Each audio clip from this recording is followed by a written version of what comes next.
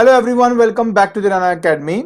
तो देखिए, ऑलरेडी हमने ये जो फिजिक्स का जो सिलेबस है आईसीएससी का वो हमने ऑलरेडी खत्म कर लिया हुआ है। सो फाइनली अब मैं आपके लिए एक नई सीरीज लेके आया हूं जिसके अंदर हम फिजिक्स के जितने भी चैप्टर्स हैं उनके जो प्रीवियस ईयर क्वेश्चंस हैं उनको हम डिस्कस कर सके। आज के लेक्चर के अंदर हम सबसे पहला जो चैप्टर है दैट इज फोर्स, उसके प्रीवियस ईयर क्वेश्चन डिस्कस करने वाले हैं। और हाँ, ऊपर जितने भी चैनल और पेजेस दिए गए हैं उनके लिंक्स हमने डिस्क्रिप्शन बॉक्स में डाल दिए हैं। तो बिना कोई टाइम वेस्ट किए चलिए शुरू करते हैं।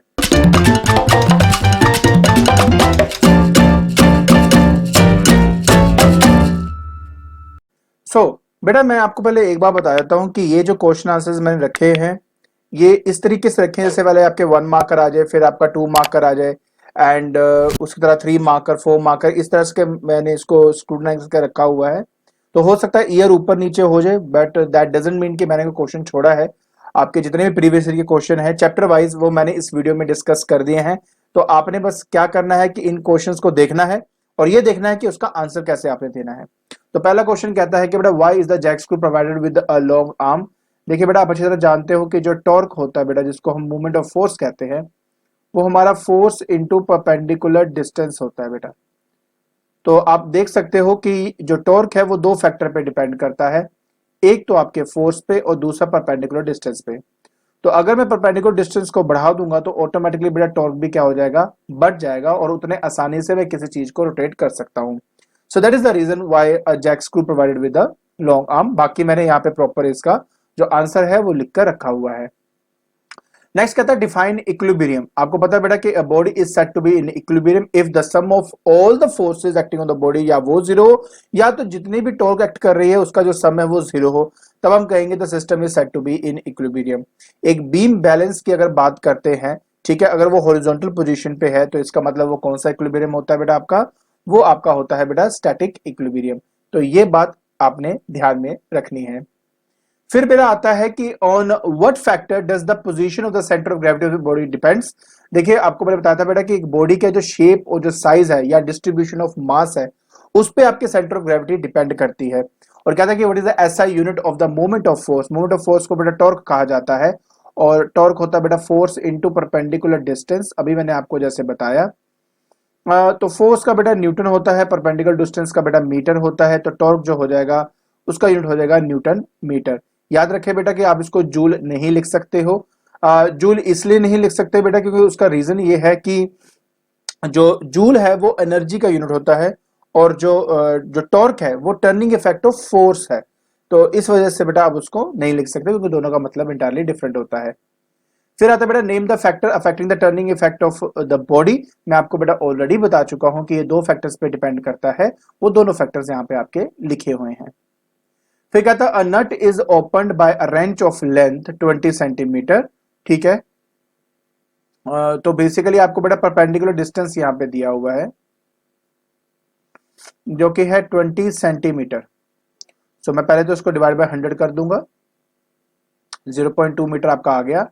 कहता है if the least force required is 2 Newton. So force बेटा आपके पास जो है वो आपका 2 न्यूटन है। लीस्ट फोर्स बेटा तब लगती है आपकी जब आप, जैसे मान लो ये आपका रेंच है, यहाँ पे आपका नट है, ठीक है, तो रेंच के बिल्कुल एंड पॉइंट पे अगर आप फोर्स लगाओगे ना तो वो आपकी हमेशा लीस्ट फोर्स होती है, क्योंकि उस टाइम परपेंडिकुलर डिस्टेंस क्या होता है, मैक्सिमम होता है बेटा आपका।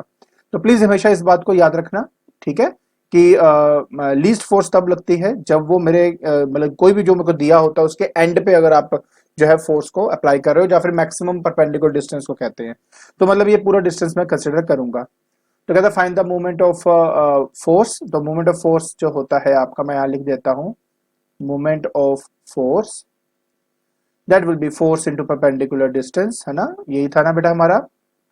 तो बेटा देखो फोर्स यहाँ पे हमारे पास 2 न्यूटन है एंड परपेंडिकुलर डिस्टेंस 0.2 मीटर है। आंसर आपका बेटा 0.4 न्यूटन मीटर आ जाएगा।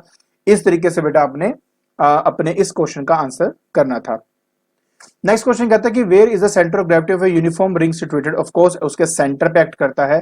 The position of the centre of gravity, centre of body remains unchanged even when the body is deformed.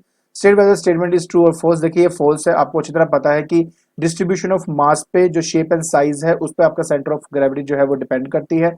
अगर आप शेप एंड साइज को ही चेंज कर देंगे तो ऑटोमेटिकली आपकी सेंटर ऑफ ग्रेविटी भी चेंज हो जाती है। फिर बेटा मेरे पास आता है, a boy of mass that is 30 kg is sitting at a distance of 2 meter from the middle of a seesaw. Where should a boy of mass 40 kg sit so as to balance the seesaw? बहुत ही ज्यादा आसान है बेटा आपका। देखिए सबसे पहले मेरे पास ये सीसो है एंड ये इसका सेंटर पॉइंट है बेटा आपका, नाइफ एज लगा दो यहाँ पर। ओके, सो वो कहता है कि मेरे पास एक 30 kg का बॉय है। 30 kg अगर है तो इसकी जो फोर्स हो जाएगी वो 30 kg एफ हो जाएगा, जो नीचे की तरफ एक्ट करेगा। एंड मिड पॉइंट से बेटा उसकी जो दूरी है वो 2 मीटर का है। कहता है मैं 40 kg वाले को कहाँ रखूं, ये मेरा 40 kg का है, मास है, बट अगर फोर्स के टर्म्स में देखें तो 40 kg एफ बेटा आपके पास यहाँ पे आ जाएगा। तो इसका जो डिस्टेंस है बेटा यहाँ से क्या होगा वो मुझे नहीं पता। ऑफ कोर्स एक एंटी क्लॉकवाइज मूवमेंट दे रहा है, क्लॉकवाइज मूवमेंट दे रहा है, एंड एंटी क्लॉकवाइज मूवमेंट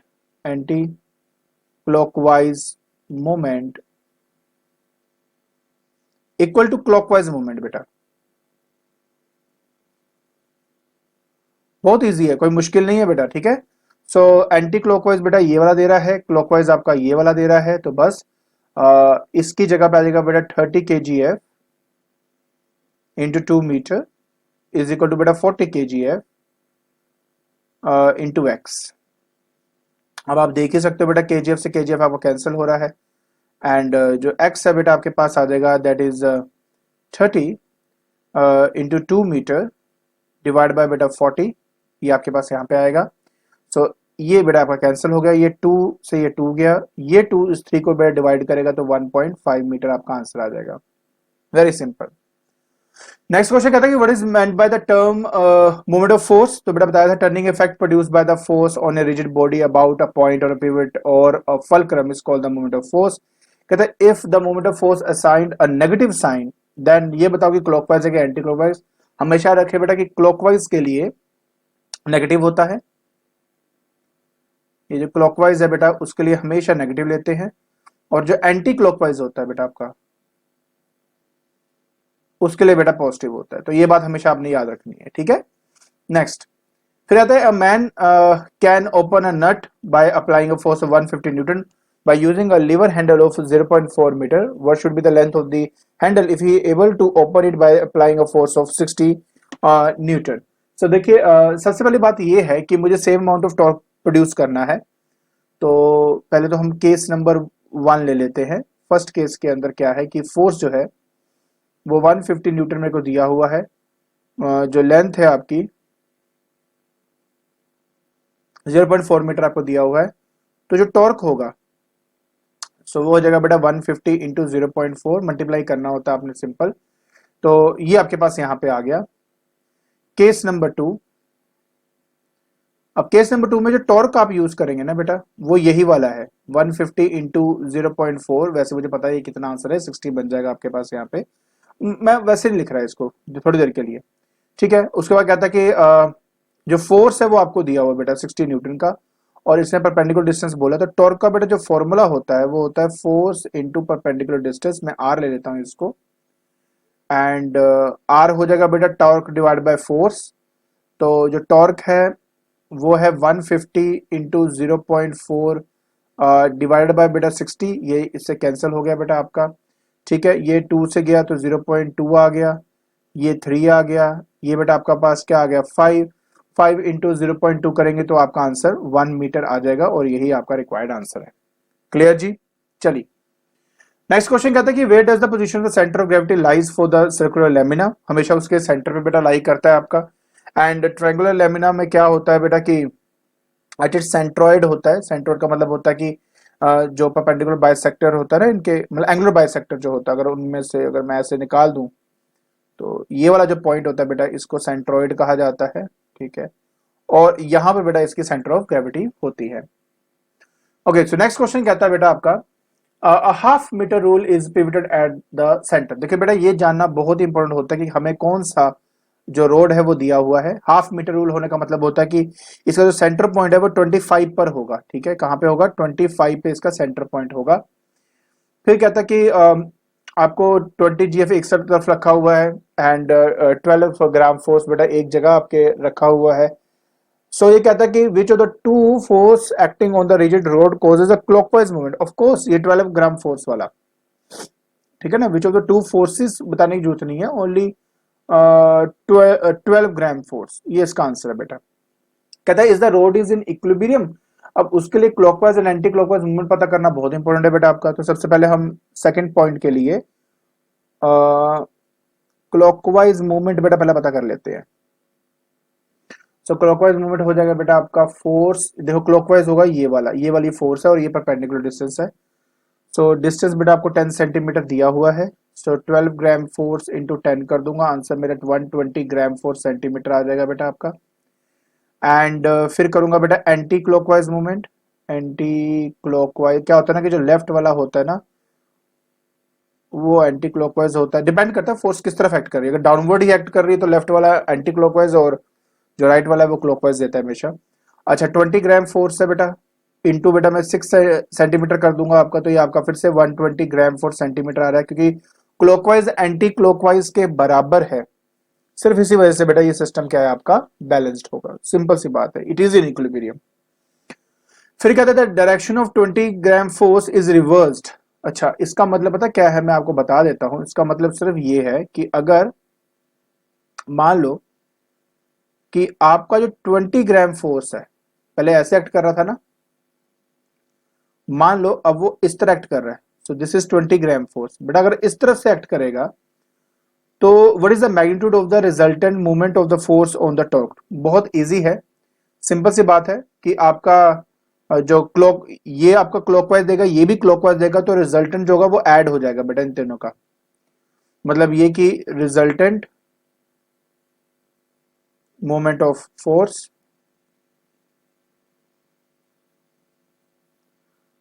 देखिए, अब जो एंटी क्लॉकवाइज था ना वो भी क्लॉकवाइज हो चुका है, तो क्लॉकवाइज एक था ही, दोनों ऐड हो जाएंगे बेटा। आपका आंसर 120 प्लस 120, आंसर बेटा आ जाएगा 240 ग्राम फोर्स सेंटीमीटर, और साथ में आ जाएगा बेटा क्लॉकवाइज। ये बात याद रखना बस। लीजिए इस तरीके से बेटा आपने ये वाला न्यूमेरिकल करना था। फिर नेक्स्ट आता है बेटा ये, इसमें कहता है कि दो फोर्सेस एक्ट कर रहे हैं। So as shown on the figure सब दिया हुआ, determine the magnitude of result. बहुत आसान है बेटा, ये कपल फोर्स दिख रहा होगा आपको, दो इक्वल एंड ऑपोजिट फोर्सेस है acting at a certain distance, ठीक है। एंड ये आपका कपल फोर्स है, एंड मूवमेंट ऑफ कपल जो है आप आराम से निकाल सकते हो। So movement of that is couple, so ये होता है बेटा हमारा इधर force into perpendicular distance between them। ये हो गया बेटा 5 न्यूटन। डिस्टेंस देखें तो 100 सेंटीमीटर है, मीटर बनाने के लिए 100 से डिवाइड कर दूंगा, तो ये आ गया 5 न्यूटन मीटर। ये बेटा आपका आंसर है। एक चीज रह गई है, क्योंकि डायग्राम मुझे दिया हुआ दिख रहा है मुझे कि एंटी क्लॉकवाइज, तो मैं यहाँ पे एंटी क्लॉकवाइज जरूर लिखूंगा। दैट्स इट बेटा, इस तरीके से आपने ये वाला करना था। नेक्स्ट कहता है कि why is the motion of the body moving with a constant speed around a circular path said to be accelerated motion. क्यों कहा जाता है बेटा, क्योंकि सर्कुलर पाथ के अंदर ना जब एक बॉडी सर्कुलर ट्रैक पे मूव करती है ना बेटा, तो हर एक पॉइंट पर जो उसकी डायरेक्शन है वो चेंज होती रहती है, क्योंकि हर एक पॉइंट पे उसकी डायरेक्शन चेंज होती है। इसी वजह से जो स्पीड है वो आपकी स्पीड तो कांस्टेंट है, बट वेलोसिटी बेटा वेरिएबल होती है, और वेरिएबल वेलोसिटी को ही एक्सेलरेटेड मोशन कहा जाता है। तो ये है इसका रिक्वायर्ड आंसर। चलिए अब मैं आपको बेटा इसका नेक्स्ट क्वेश्चन करवाता हूं। सो नेक्स्ट क्वेश्चन में कहता है बेटा how does the uniform circular motion differ from the uniform linear motion. तो देखो यूनिफॉर्म सर्कुलर मोशन का मतलब होता है जब एक बॉडी कांस्टेंट स्पीड से एक सर्कुलर ट्रैक पे घूमती है तो वो यूनिफॉर्म सर्कुलर मोशन होती है। बट अगर वही बॉडी स्ट्रेट पाथ पे मूव करती है बेटा विद यूनिफॉर्म या कांस्टेंट स्पीड से, तो बेटा उसको यूनिफॉर्म लीनियर मोशन कहा जाता है। Of course uniform circular motion एक एक्सेलरेटेड मोशन है, बट क्योंकि ये कांस्टेंट स्पीड से मूव करता है इन वन पर्टिकुलर डायरेक्शन, तो इसकी एक्सेलरेशन बेटा आपकी जीरो हो जाती है। तो जैसे मैंने कहा था आपको बेटा यूनिफॉर्म सर्कुलर मोशन में लगातार डायरेक्शन चेंज होती रहती है बेटा, इसमें जो डायरेक्शन है वो चेंज नहीं होती। तो बहुत सिंपल क्वेश्चन और उसका सिंपल सा आंसर। नेक्स्ट क्वेश्चन कहता है is it possible to have an accelerated motion with a constant speed. Yes ये है, मैंने अभी तो आपको बताया कि क्योंकि एक बॉडी जब एक सर्कुलर ट्रैक पे मूव करती है तो with a constant speed it is moving with a constant speed, but हर एक पॉइंट पर बेटा क्योंकि इसकी डायरेक्शन चेंज होती रहती है, सो ये जो है मतलब ये एक वेलोसिटी हो जाती है, मतलब जिसमें स्पीड तो कांस्टेंट है क्योंकि, लेकिन डायरेक्शन जो है वो हर पॉइंट पे चेंज होती जा रही है। इसका मतलब है कि ये एक वेरिएबल वेलोसिटी है जिसको हम एक्सेलरेशन का नाम देते हैं। तो ये एक एक्सेलरेटेड मोशन कही जाती है बेटा आपकी। फिर आता है बेटा explain the motion of a planet around the sun in a circular path.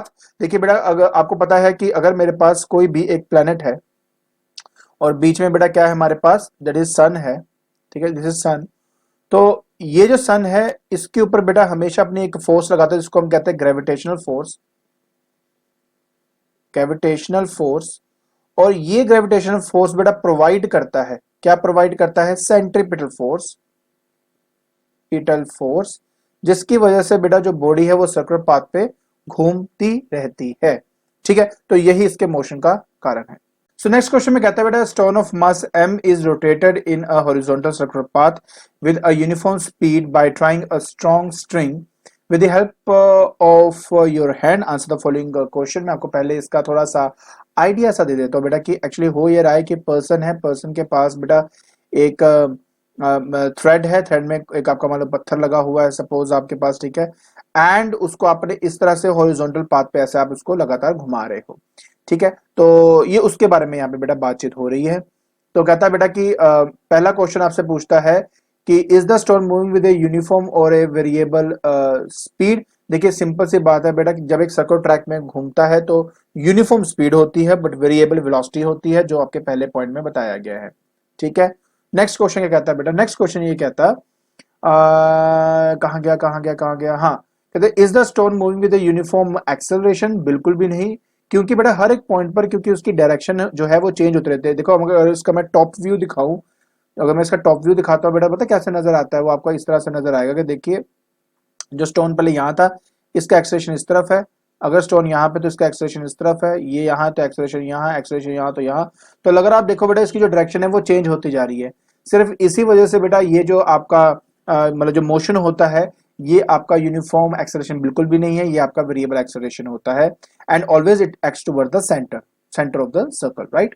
So what kind of force act on the hand and state its direction. देखिए बेटा हाथों पर ना, ये स्ट्रिंग है तो स्ट्रिंग में एक्ट करती है बेटा टेंशन, और टेंशन जो है वो हाथ से अवे एक्ट करती है बेटा, इस वजह से बेटा इसका यही रिक्वायर्ड आंसर रहेगा। ठीक है ना। एंड जैसे इसने यहाँ पे तो ये लिखा है कि reaction force of centripetal force, actually वो क्या है, टेंशन इन द स्ट्रिंग है, जो एग्जैक्ट आंसर है वो आपका टेंशन इन द स्ट्रिंग है, अवे फ्रॉम द सेंटर या अवे फ्रॉम द हैंड आप यहाँ पे बोल सकते हो। फिर कहता है कि with reference to their direction of action how does a centripetal force differ from a centrifugal force. देखिए बेटा जो सेंट्री पिटल है वो टुवर्ड द सेंटर एक्ट करता है, centrifugal away from the centre act करता है, तो यही इसका आंसर है। नेक्स्ट बेटा के विच of the following remains constant in A uniform circular motion, speed और वेलोसिटी। हमेशा बेटा स्पीड कांस्टेंट होती है, ठीक है, वेलोसिटी कभी कांस्टेंट नहीं हो सकती। Name the force required for a uniform circular motion, बेटा centripetal force is direction towards the centre. बेटा ये बार बार हम वही चीज अब करने लगे हैं। तो 2019 के अंदर पूछा गया था डिफाइन कपल, मैं ऑलरेडी आपको इसके बारे में बता चुका हूं बेटा। कपल क्या है, अ पेयर ऑफ फोर्सेस है equal in magnitude opposite in direction displaced by perpendicular distance और मूवमेंट, ठीक है ना। एंड दूसरी बात इसका एसआई यूनिट क्या है बेटा, वो न्यूटन मीटर होता है। एसआई यूनिट किसका, मूवमेंट ऑफ कपल का, ठीक है। फिर आता है बेटा कि uniform metre scale is in equilibrium as shown the figure given below, ये दिया हुआ है आपको, कहते हैं calculate the weight of the metre scale. बहुत ही आसान है, मैं आपको पहले बता दूं बेटा कि जब भी मीटर रूल बोला जाता है ना, हमेशा याद रखें कि एक स्केल का जो मीटर जो स्केल का जो मास है वो हमेशा उसके सेंटर पे एक्ट करता है। मेरे कहने का सिर्फ मतलब इतना है कि अगर ये 0 सेंटीमीटर और 100 सेंटीमीटर का है तो उसका सेंटर क्या होगा, 50 सेंटीमीटर। एंड ऑफ कोर्स 30 से राइट साइड पे ही होगा, तो यहां पर मान लेते हैं कि आपका 50 सेंटीमीटर है, जो वेट है बेटा वो आपका यहां पर एक्ट कर रहा होगा, ये बात हमेशा याद रखना, ठीक है। अब क्योंकि clockwise movement anti clockwise movement के बराबर है और तभी ये बैलेंस्ड है, तो ये जो डिस्टेंस है बेटा ये तो 25 है, कैसे पता लगा, 30 माइनस 5 करेंगे 25, और ये जो है इसका डिस्टेंस जो है बेटा वो आपको 20 सेंटीमीटर आपको दिया हुआ है। So what I am going to do is कि the clockwise movement is W into perpendicular distance बेटा कितना है इसका 20 centimetre, which is equal to the anti clockwise that is 40 gram force, 40 gram force into perpendicular distance कितना है बेटा इसका 25 centimetre, 25 centimetre, that's it बेटा। अब इसको कैंसिल कर दीजिए। So that will be W is equal to बेटा 40 ग्राम फोर्स इंटू बेटा 25 डिवाइडेड बाय हमारे पास यहाँ पे आ जाएगा बेटा दैट इज 20 आ जाएगा, राइट। सो ये बेटा 2 से गया and that will be 50 gram force, और ये आपका बेटा रिक्वायर्ड आंसर है। ठीक है, कहते which of the following option is correct to keep the rule in equilibrium when 40 gram weight is shifted to 0 centimetre mark. ठीक है, F is shifted towards the 0 centimeter और F is shifted towards the 100 centimetre mark. Okay okay, बहुत अच्छा सवाल है। देखिए बेटा क्या होता है कि अगर मान लीजिए, बड़े ध्यान से समझना मैं क्या बोल रहा हूँ बेटा, अगर मान लीजिए ये 40 ग्राम फोर्स को मैं यहाँ पर ले आता हूँ, सपोज मैं यहाँ पर ले आता हूँ, तो आप देख रहे हो बेटा परपेंडिकुलर डिस्टेंस जो है वो आपका बढ़ जाएगा। सो मतलब आपका एंटी क्लॉकवाइज जो टॉर्क है वो बढ़ चुका है। तो अगर मैं आपसे ये कहूँ, एक सिंपल सी बात आपसे मैं डिस्कस करता हूँ तो आपको आई थिंक ज्यादा अच्छे से क्लियर हो जाएगा मैं क्या बोलना चाहता हूँ, कि अगर ये 30 हो गया, सो आपका जो एंटी क्लॉकवाइज है बेटा, एक मिनट मैं आपको यहाँ पे करके दिखाता हूँ कि आपका जो एंटी क्लॉकवाइज है movement, so that will be 40 gram force into 30 हो जाएगा, मतलब 30 सेंटीमीटर, तो ये आ जाएगा 1200 ग्राम फोर्स सेंटीमीटर हो जाएगा आपका। समझ में आ गया। सो 50 ग्राम फोर्स तो ऑलरेडी आपका एक्ट कर ही रहा है, वेट मैं ऑलरेडी निकाल चुका हूं ना, तो बस अब मुझे पोजीशन पता करनी है, तो मैं 1 सेकंड में पता कर लेता हूं, मुझे 1 मिनट दीजिए आप। तो मैं क्या करूंगा, देखिए, सो मैंने कह दिया आपको कि अगर मुझे इसको बैलेंस करना है, right, so 1200 gram force centimetre is equal to बेटा 50 इंटू एक्स, मतलब मुझे नहीं पता इनके बीच का डिस्टेंस क्या है, मैंने एक्स अपना कंसिडर कर लिया ऑलरेडी।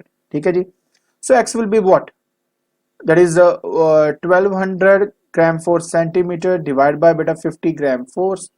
ये बेटा आपका कैंसिल होगा, ये देखो इससे कैंसिल होगा बेटा। आप जानते हो कि हमारे पास 5 टू जा 10 होता है, 24 बेटा सेंटीमीटर, या सो ये आ गया 24 सेंटीमीटर। तो क्या दिखता है आपको कि 20 सेंटीमीटर से 24 सेंटीमीटर कब होगा, जब ये एफ को मैं कहा शिफ्ट करूंगा टूवर्ड्स 0 सेंटीमीटर मार्क। तो ये जो पहला वाला पॉइंट है बेटा ये बिल्कुल ठीक है, that F is shifted towards the 0 centimetre mark, मतलब ये कि मुझे डिस्टेंस भी बढ़ाना पड़ेगा W और फलक्रम के बीच में, ताकि ये आपका बैलेंस हो सके। पहले था 20 सेंटीमीटर का ना, 24 बनाने के लिए बेटा उसको F को थोड़ा 4 सेंटीमीटर और लेफ्ट की तरफ लेके जाना पड़ेगा, तभी ये 24 सेंटीमीटर होगा, तब जाके बेटा लगभग आपका ये बैलेंस जो है वो हो सकता है आपका। ठीक हो गया, तो इस तरीके से बेटा आप इसको जस्टिफाई या बता सकते हो आप। ठीक है जी, ओके ओके ओके। अब नेक्स्ट करते हैं बेटा, कहता है फिर 2020 पे आया हुआ है, define the moment of force, तो right the relation between the SI and the CGS unit of moment of force. बहुत इजी है, मोमेंट ऑफ फोर्स की डेफिनेशन तो मैं ऑलरेडी आपको बता ही चुका हूं। हाँ, जहां तक एसआई यूनिट की बात करें तो बेटा न्यूटन मीटर होता है, एंड सीजीएस की अगर बात करें बेटा तो हमारे पास डाइन सेंटीमीटर होता है। दोनों को इक्वेट करते हैं तो 1 न्यूटन मीटर मतलब होता है 10 की पावर 5 डाइन्स, एंड 100 सेंटीमीटर तो ये बन जाएगा 10 की पावर 7 डाइन सेंटीमीटर। तो इस तरीके से बेटा ये आपस में रिलेट होता है आपका। लास्ट क्वेश्चन कहता है कि with reference to the direction of the action how does the centripetal force differ from the centrifugal force during a uniform circular motion. अभी तो बताया सेंट्रीपिटल हमेशा तो एक्ट करता है toward the centre, and centrifugal हमेशा एक्ट करता है बेटा away from the centre. Is centrifugal force the force of reaction of the centripetal force? No, no, big no. ठीक है, compare the magnitude of the centripetal and centrifugal force. So बेटा compare करने को बोला means you have to find the ratio. So आप लिखेंगे the magnitude, ठीक है, of centripetal, ठीक है, divide by the magnitude of centrifugal is equal to 1:1. That's your answer. दोनों का मैग्नीट्यूड एक्जैक्टली सेम होता है ना, but they are acting in the opposite direction of course. But इस तरीके से बेटा आपने इसका आंसर देना था। आई होप आपको ये जो प्रीवियस ईयर क्वेश्चंस हैं और उनके जो आंसर्स हैं वो समझ में आ गए होंगे। ठीक है, तो आज के लेक्चर के अंदर हमने फोर्थ चैप्टर के जितने भी प्रीवियस क्वेश्चन अब तक जो आपके 2020 तक आए हैं वो हमने डिस्कस कर लिया है। आई होप आपको ये जो वीडियो है वो बहुत पसंद आई होगी, और अगर आपको मेरी वीडियो पसंद आ रही है तो please like it, share it and subscribe it. आज के लिए बस इतना ही। Thank you so much.